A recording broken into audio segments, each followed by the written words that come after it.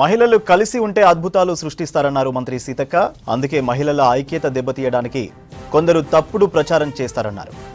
Free bus జర్నీపై తప్పుడు ప్రచారం చేయడం పురుషాహంకారానికి, భూస్వామ్య భావజాలానికి నిదర్శనమన్నారు. మహిళల ప్రతిభను అణిచివేయడానికే గొడవలను భూతద్దంలో పెట్టి చూయిస్తున్నారన్నారు. మహిళలు ఐక్యత సాధిస్తే అన్నీ సాధించినట్లేనని చెప్పారు. తెలంగాణలో మహిళా స్వయం సహాయక బృందాలు అద్భుతాలు సృష్టిస్తున్నాయన్నారు. మహిళా ఉద్యోగులకు తమ ప్రభుత్వం అండగా ఉంటుందని తెలిపారు. సెక్రటేరియట్ మహిళా ఉద్యోగులతో ప్రమాణ స్వీకారం చేయించారు సీతక్క. ఒత్తిళ్లను అధిగమించి కుటుంబ బాధ్యతలు, వృత్తి బాధ్యతలు సమర్థవంతంగా నిర్వహిస్తున్న మహిళలకు అభినందనలు తెలిపారు మంత్రి. మనము కష్టం వచ్చినా కన్నీళ్ళు వచ్చినా కన్నీళ్ళను కూడా దాచుకొని దుఃఖాన్ని అరుపును అరవాలనిపించినా కూడా మరి అదన్నీ కూడా దాచుకుంటాం. సరే, అది కొన్ని సాంప్రదాయాల పరంగా రావచ్చు, లేదా కొన్ని విధానాలు రూపొందించడం మూలంగా అదే చట్టంలో మనం ఉండడం మూలంగా కావచ్చు. ఏది ఏమైనా ఈ రోజు మన యొక్క ఐడెంటిటీ, మన యొక్క టాలెంట్ కూడా మన ఇంటి వరకే కాదు, సమాజానికి కూడా యూజ్ చేయాల్సినటువంటి అవసరం ఉంది.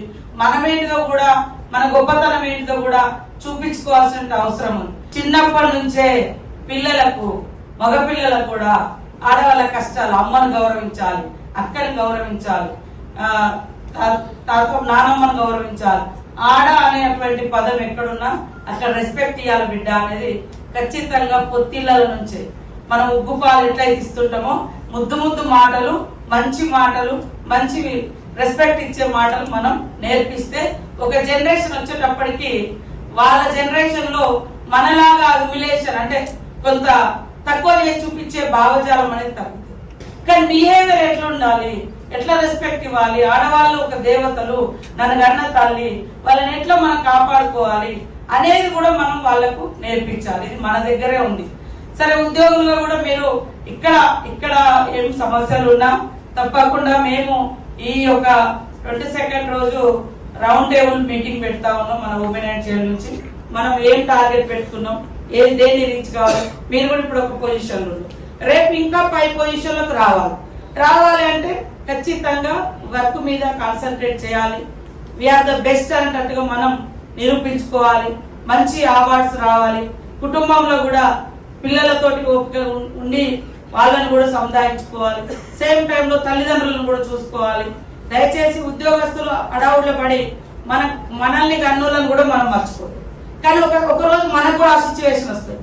అందుకే నేను ఎక్కడికి పోయినా అదే చెప్తా, మన తల్లిదండ్రులను మనం మంచిగా చూసుకుంటే అది మన పిల్లలు గమనించి మా అమ్మ నాన్నకు మా వాళ్ళ తల్లిదండ్రులు అంటే ఎంత ప్రేమ ఉందో చూడండి అని వాడు పెద్దోడు అయిన తర్వాత అప్పుడు అది కామన్ గా వాళ్ళు ఫాలో అవుతారు. అప్పుడు మనల్ని మంచిగా చూసుకుంటారు. సో మీరందరూ కూడా హెల్త్ చూసుకోండి. ఎక్కడ కూడా రిమార్క్స్ రాకుండా మంచి ఆఫీసర్స్ గా పేరు తీసుకొచ్చుకోండి. ఇక్కడ సెలెక్ట్ అయినటువంటి, ఎన్నికైనటువంటి మరి ప్యానల్ గాని రమాదేవి గారు అందరితో కలిసి గ్రూపులుగా ఉండకుండా ఓటు వేసిన వాళ్ళు, ఓటు వేయని వాళ్ళు అందరూ ఇక్కడ ఉద్యోగులే. సెక్రటేరియట్ కానీ మన అసెంబ్లీ కానీ మీ పరిధిలోకి వస్తుంది కాబట్టి ఖచ్చితంగా అందరు ఉద్యోగులను వాళ్ళ కష్టాలు, వాళ్ళ బాధలు ఒక సిస్టర్స్ లాగా ఫోన్ చేసుకుని నా యూనియన్ వాళ్ళకి చెప్పుకుంటే కొంత నాకు రిలీఫ్ ఉంటుంది. ఒంటరి మహిళలు ఉంటారు, ఇంట్లో తోడు లేనటువంటి వాళ్ళు ఉంటారు. అలాంటి వాళ్ళకు కూడా ఒక భరోసా మన సంఘం ఉండాలి.